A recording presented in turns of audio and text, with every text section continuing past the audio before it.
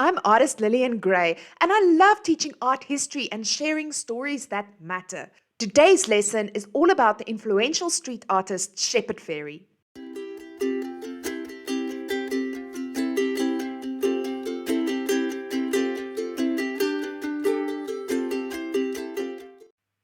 Shepard Fairey is an American contemporary street artist, graphic designer, activist, illustrator, and founder of Obey Clothing, who emerged from the skateboarding scene. He is one of the best known and most influential street artists ever. He first became known for Andre the Giant has a posse stickers, which later became Obey. He catapulted onto the world stage when he designed the Obama Hope poster. Let's get to know Shepard Fairey and his art. Shepard Fairey was born in 1970 and raised in Charleston, South Carolina, America.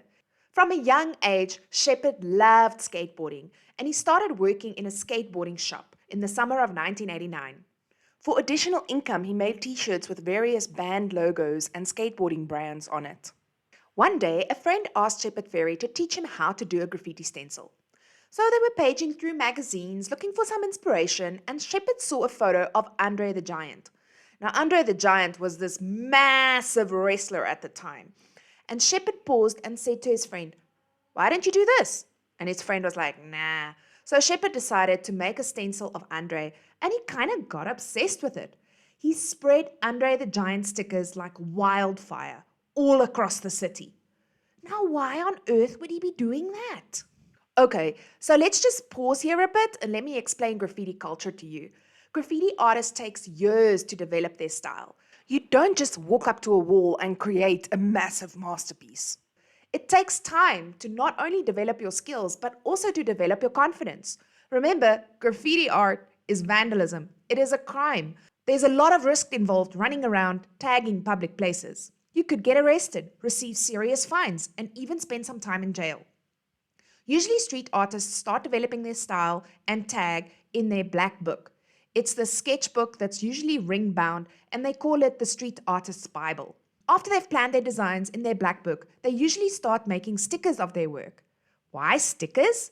Because you can take all day making your stickers without the pressure of being caught. Then once they are all done, you can go out and do some sticker slapping. It's easy to casually walk with a sticker in your hand and simply slap it on a public object. This makes it much harder for the police to catch you. If they do see you, you simply just show them your empty hand and say, "That wasn't me." Many street artists live by the mantra, "It's only a crime if you get caught." So stickers are low risk. Another attractive thing about stickers is that it's easy to make multiple copies, either by hand or printing them in large batches on vinyl. This is important because street artists value going all city. All city is when you bomb a specific city with your tag or brand and people start to notice you. Sticker bombing is usually what young street artists do to get noticed. They slap stickers all over a certain city to get their graffiti name or symbol up, which is slang for becoming known.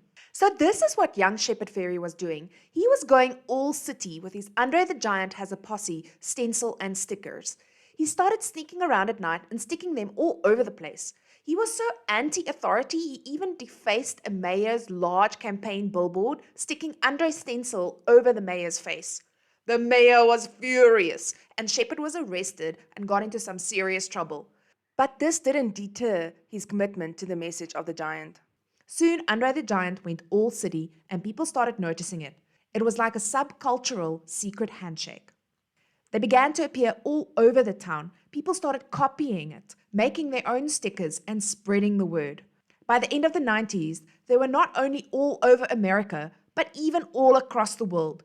The anti-brand has become a brand in itself. Usually, public spaces are reserved for advertising and government signage. Anything else is an anomaly. When we add something to the monotonous urban environment, we make it memorable. Titan Sports Inc. eventually noticed Shepard Fairey using Andre the Giant, so they filed a lawsuit forcing him to stop using Andre the Giant as a trademark.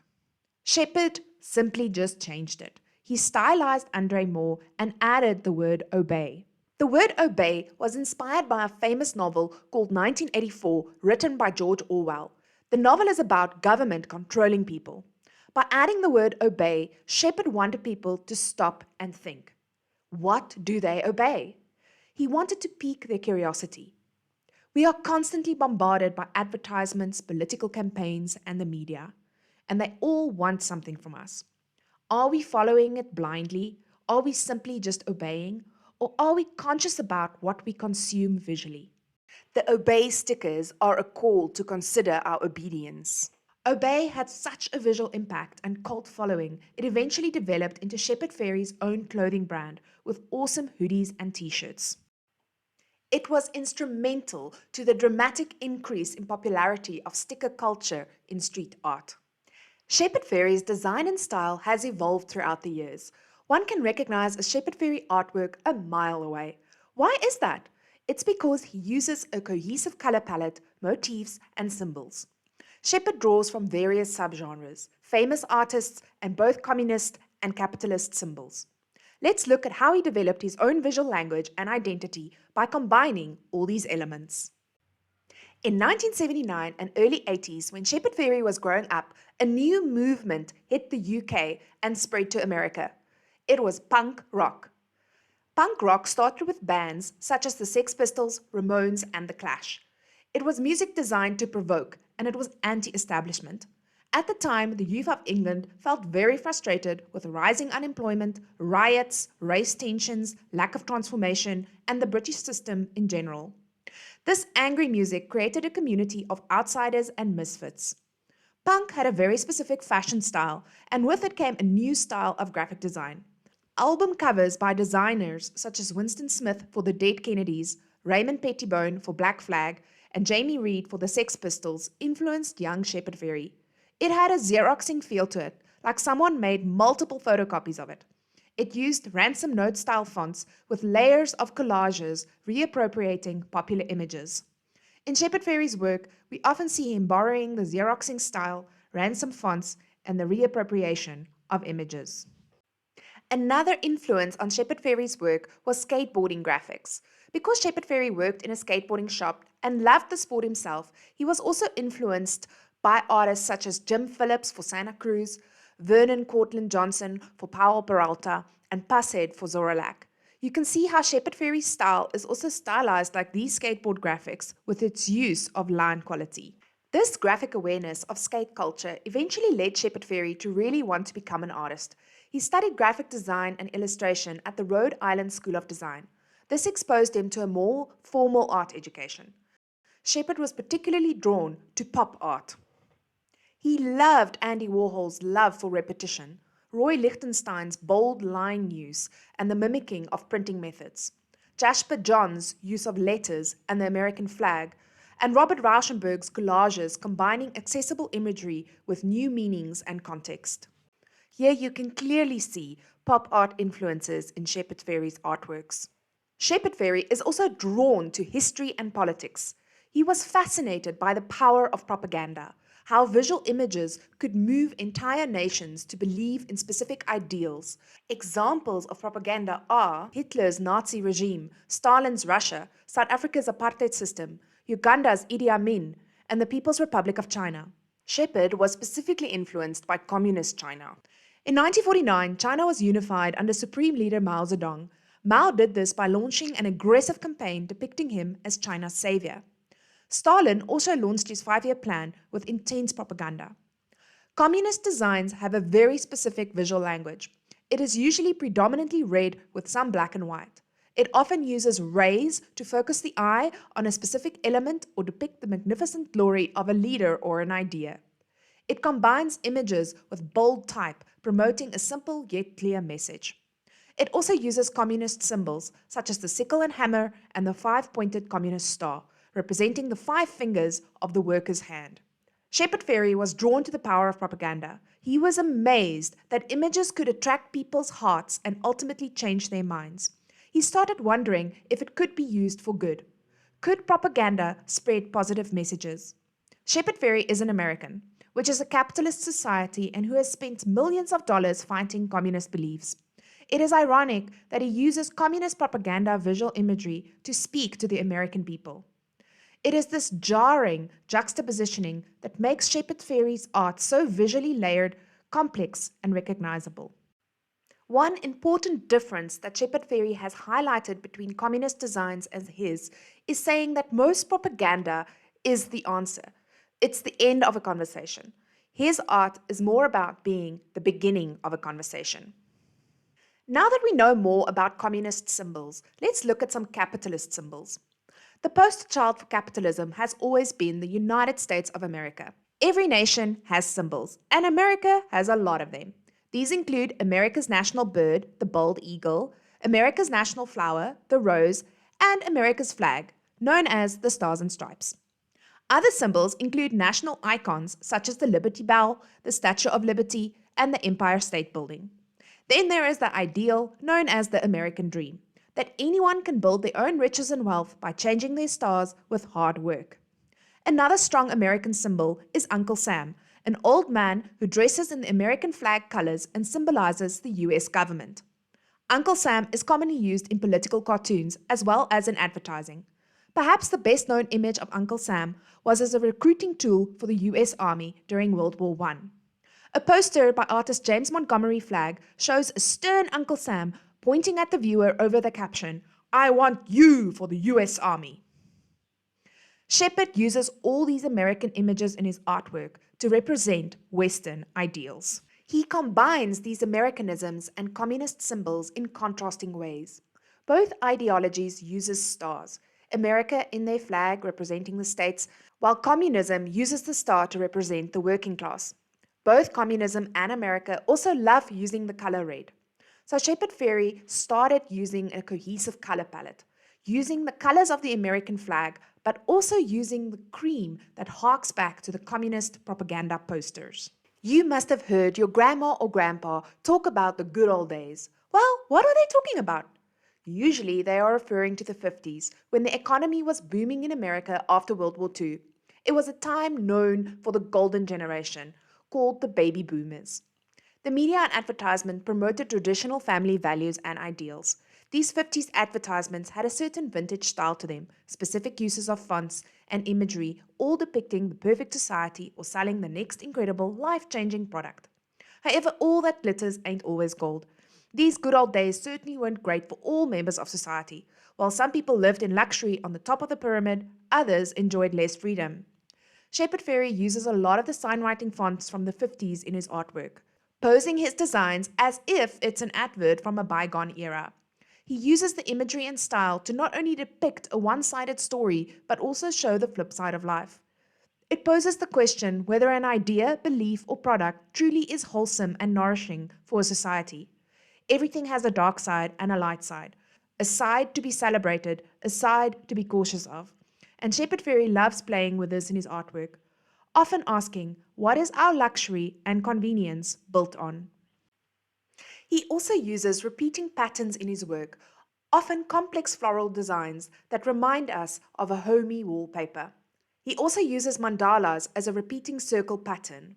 Mandalas are geometric circle designs used in various Eastern religions. They represent a sacred, calm scene space to help people enter a state of meditation. If you look closely at Shepard Fairey's mandalas, they are made up of guns and hand grenades and represent anything but peace and serenity. Another visual contradiction. A concept that we often see in Shepard's work is the idea that matter has memory. Street art is temporary and not eternal. People are constantly tagging over each other's works, buildings change, new art goes up, and all of this creates layers and layers and layers on walls. The history of what the wall, building, or art has gone through is visible. Since Shepard Fairey started as a street artist bombing all over the place, he likes to incorporate this aspect of street art into all his artworks, regardless if it's a mural, a poster, or a canvas print. He creates the illusion of layers, simulating a history to the artwork. Shepard Fairey combines all these influences and ideas using various mediums. He incorporates photography, collages, illustrations, screen printing, ruby lith, stickers, and wheat pastes. He works on wood, concrete, metal, and canvas. He merges all these aspects of design and art that he loves to create his own unique style. Now that we understand his influences and inspirations, let's look at his art career.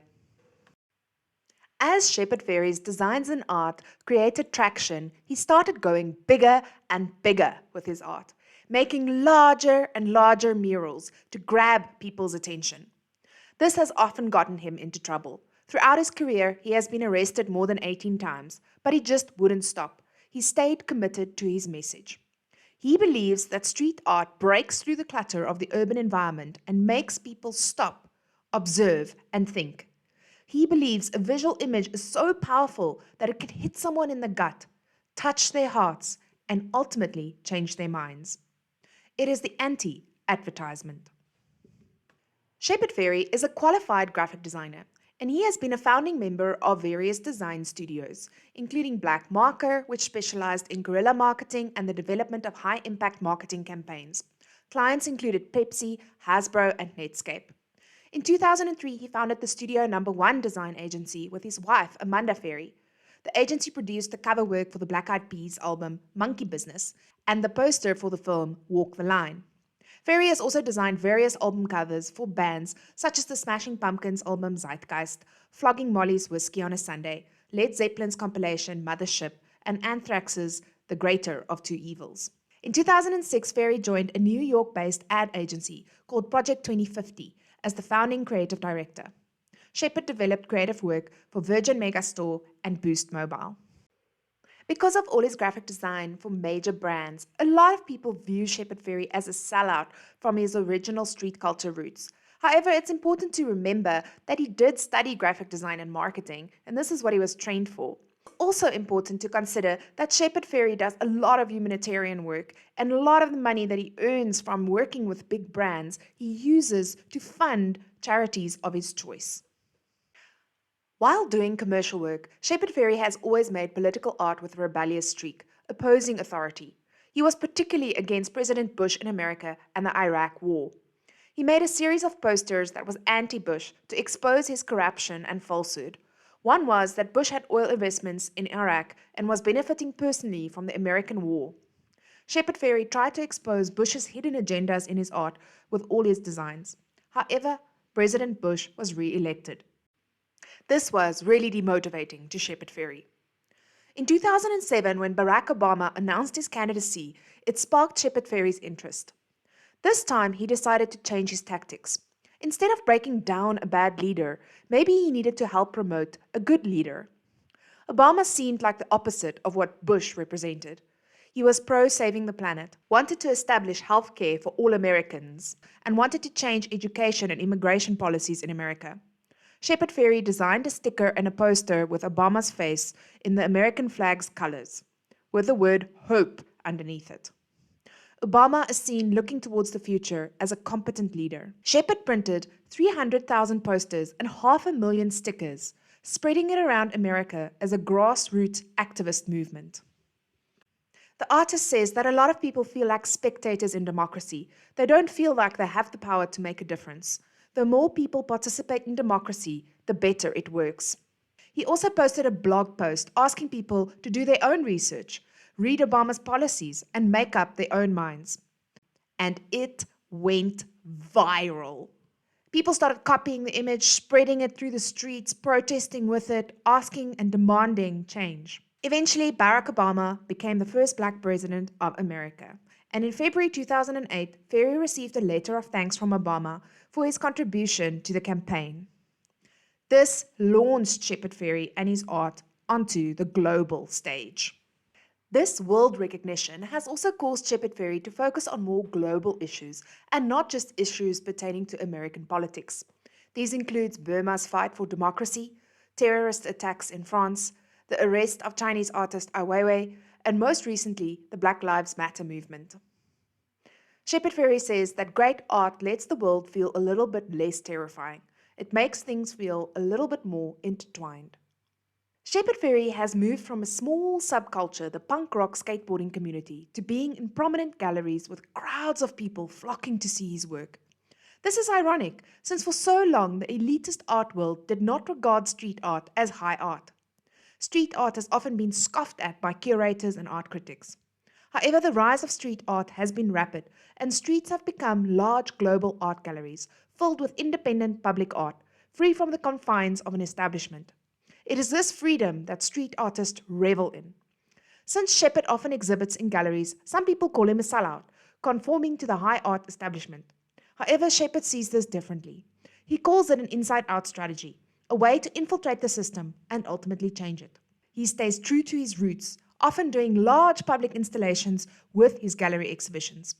The kind of person that visits a high-end gallery is very different to the larger public, and Shepard wants his message to reach as many people as possible. Public art has a much bigger reach than a gallery ever will, and it has more potential to change public opinion on a matter. He says that I am making work that may or may not inspire someone to reconsider their position on something. But if I don't put it out there in the public, it will have less of a chance of impacting someone. Now enjoying a lot of attention and respect, Time magazine has often asked Shepard Fairey to design their cover. Once in 2008 for the Person of the Year, Barack Obama, and again in 2011 to honor the protester. Here are 5 other artworks by Shepard Fairey you should know. In 2014, Fairey painted a towering mural spanning over 9 stories, paying tribute to Nelson Mandela and the 25th anniversary of the Purple Rain protest. In this protest, apartheid police were spraying protesters with purple dye, and later, when they dispersed and ran away, the police knew to arrest everybody that was covered in this dye. Protesters were warned to disperse, but instead knelt in the streets. When the cannon was turned on them, some protesters remained kneeling while others fled. Some had their feet knocked out from under them by the force of the jet. On the parade, a large contingent of policemen arrested everybody they could find who had purple dye on them. This poster has the iconic slogan, "The purple shall govern," showing that those that fought in the struggle against apartheid will eventually rule South Africa. It is a public artwork in Utah Street in Braamfontein, Johannesburg, overlooking the Nelson Mandela Bridge. The mural is Fairey's first work in Africa and is seen by many as a sequel to the iconic Barack Obama Hope poster. In November 2015, Paris suffered a series of terrible terrorist attacks executed by suicide bombers. A lot of civilians died and suffered attending a football match, a rock concert, and some just sitting in cafes and restaurants. The attack were the deadliest in France since the Second World War. As a tribute to the victims, Fairey created a poster representing Marianne, the French national icon, surrounded by the national motto, Liberty, Equality, Fraternity. In June 2016, this design was painted as a massive mural in Paris. Fairey made a gift of the poster to Emmanuel Macron, who hung it in his office upon assuming the presidency of France. In 2016, during the presidential campaign, Shepard Fairey created a series called We the People. This work aims to promote gender equality and fights discrimination against minorities. This work stands out to many as it provokes people to respect their common humanity. The title of the work comes from a line in the American Constitution and features portraits of Native Americans, African Americans, Muslims, and Latinas, aiming to defend their dignity. In 2013, Fairey painted Make Art Not War. The mural is a large-scale version of one of Fairey's most popular works, an anti-war print originally created during the Iraq War. The title is a play on the famous 1960 anti-war slogan, "Make Love, Not War." There is repetition of color that includes the black and red cartoon-like style with repetition of symbols such as roses. Peace Elephant was made in 2011 and is located in Los Angeles. This enormous artwork measures 32 meters long and features a large elephant holding a flower from which red and gold rays emanate. A large dove also features in the piece. Shepard Fairey used the elephant holding a flower as a pro-peace image. Now you have a much deeper understanding of Shepard Fairey's artwork. He has been instrumental in shaping street art culture, popularizing stickers but also spreading political ideas to the mass public and ultimately across the globe. His art is an act of defiance, a questioning of authority. He has successfully transformed his views into visual masterpieces, calling the public's attention to social taboos and exposing political oppressions in creative ways. He explains that the real message behind most of my work is to question everything. He gives the public something to dream about, something to reflect upon, something to escape to, and something to engage with. Fairey's artwork is intimate, powerful, passionate, full of energy, and controversial, yet remains accessible to the larger public. It is political activism that triggers both astonishment and contemplation. He seems to have hit an artistic sweet spot, combining exceptional skill with concept and message. It is art that does not simply ask us to view it and admire its skill and craftsmanship, but it calls us to social and political action. He has shown us that every single action can make a difference, even if it is just a small sticker. I'm artist Lillian Gray, and I hope you enjoyed this video. Please give us a like and subscribe. It really helps us to grow our channel. We have amazing worksheets for almost all ages on our website, helping teachers and students prepare for exams and to embed the knowledge of famous artists. To shop these worksheets, click on the link below in the description. Until next time.